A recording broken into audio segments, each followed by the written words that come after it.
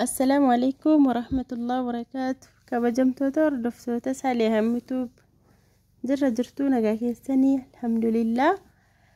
إن شاء الله اللي منا سادي سنيف كبدين فين جرا نجا منا سورة سا أرجتان كنا فيديو الآن كيسا ساندو مسا جتيسا ندو مسا كان ولين إلى تها هنقد أمور فيديو كانت نولين ترى أكسم وروني channel كنا فاريتاتن لايك subscribe gochuu hin dagatina akkasuma video kana like share gochuu hin dagatina namoota mana barbaadan bira qabu danda'a. Egaa inshallah channel kana irratti wantoota garagaraa information biyya keessaa gatii mana gatii lafaa ana adda addaarra akkasuma gatii meeshaalee biyya keessaa inshallah isin biraan geenya. akkasuma illee warroonni meeshaalee garagaraa biyya keessaa bitachuu barbaadanii inshallah qophiidha yookiin immoo maatiidhaaf bitanii surprise gochuu kan barbaadanii sanaafis inshallah qophiidha. Egaa isin subscribe godhaa like share godhaa inshallah channel kana walumaan haa guddifnu inshallah nullee waan isin fayyadu isiniif dhiyeessina. isinillee like gochuudhaan share gochuudhaan warroonni maatii hin taane maatii ta'uudhaan akkasitti inshallah wal bira dhaabbannu. Egaa mana kana akkuma argitan kana manichi feerroodhaan kan inni ijaarame keessoonsaa muluun jibsamiidha. akkuma argitan kana mana haaraa ijaaramedha. finishingiin hundi xumuramee waan xiqqoo taftee sunis qalamii fi mastaawutii kan laameeraa kanatti galudha malee hundi isaayyuu dhumeera maashaallah tabarakallah. lafti isaa muluun isaa liishoodha. kan amma ilaaltanii kaatanii majlisii isaatii yookiin saaloonii isaa achiinis barrii qaba. barrichi cufaa ta'ennaan asiin barandaarraan naanna'ee. Egaa akkuma argitan kana kun as barrii isaa tokkoffaa asiin koolidarii ol seenutti jira. akkuma argitan kana kunoo koolidariin isaallee jibsamiidha. keessoon kilaasii isaa hundi isaa barriin gaxxamameera. akkuma argitan kana kun manyitaadha. manyitaa isaa tokkoffaa jechuudha. walumaa galatti manichi kilaasii 4 of keessaa qaba. saaloonii manyitaa lammaffaa kichinii yookiin maxbaxii of keessaa qaba jechuudha. Egaa manichi kan inni argamu godina Jimmaa aanaa Qarsaa magaalaa Sarboo keessaa gatiin isaa miliyoona 1 jedhamaara. inshallah walii galtee qaba. namoonni bitachuu barbaadan itti dhihaadhaati gatiin isaas hin gala. kun egaa akkuma argitanii manyitaa isaa isa lammaffaadha. akkasumatti fakkaata inni kun kan ilaalutti jirru immoo maxbaxii yookiin mana kichinii isaati. inshallah gaa warroonni mana kana bitachuu barbaadan lakkoofsa bilbilaa asirratti argitan kana kallattii yookiin telegram imo whatsapp nu argachuu dandeessu. adnaa manichi gaa safarri isaa Sarboo keessaa karaa mana barumsaati. asii ol bahaa yookiin karaa Finfinneetti yeroo dhufnu yookiin immoo karaa Jimmaa yeroo deemnu harka mirgaa jechuudha naannoo mana barumsaa. manni lammaffaa immoo akkuma argitan kanadha.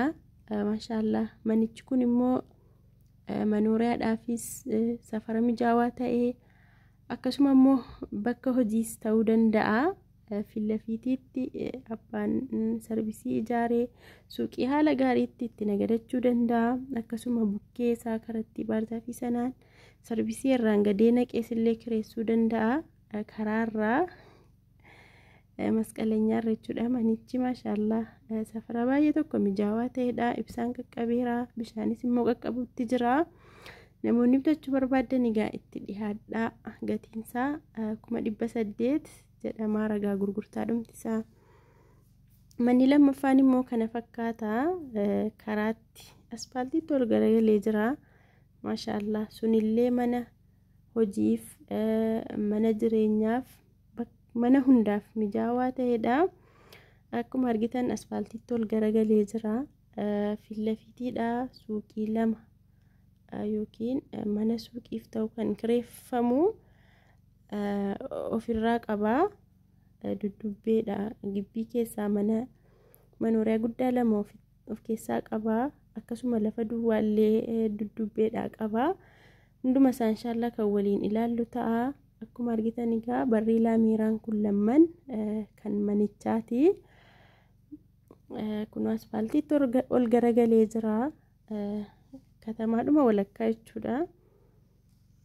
Yeroo asiin akkas seennu egaa karaa gibbiidhaan ol seennaa. Fillafiitii isaa akkuma argitan mana suuqiitu jira. Kireessuu yookiin ofiitti hojjechuu ni danda'ama wantoota garaagaraa. Asiin yeroo akkas seennu gibbiidhuma bannee ol seennaa. Mana guddaa lama ofirraa qaba jechuudha. Dudubbeedha sarvisii baay'ee of keessaa qaba. Sarvisii isaa amma ta'e garuu nan dagadhee lakkoofne anumatu dhaqee waraabe viidiyoochaallee sardaa wayiitti naqee waraabe. Akkuma argitan egaa mana gurguddaa lama ofirraa qaba. Inni kun fillafiitiin isaa akkuma argitan suuqiidhaaf kiraayee. Asiin immoo keessoo manooriyaa godhamee itti fayyadamamuun ni danda'ama. Manni isaa inni manooriyaaf ta'u lammaffaan immoo isa kanadha. Manni isaa baay'ee tokko bareedaadha.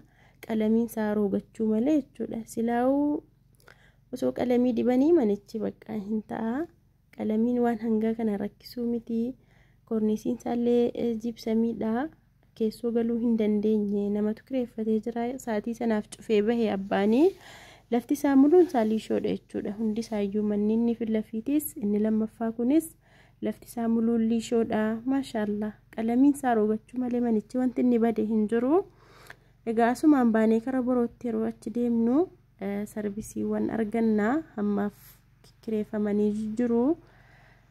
Akkasuma immoo mana shawaarii kan akka guyyaatti kiraadhaan itti fayyadamamantu keessa jira.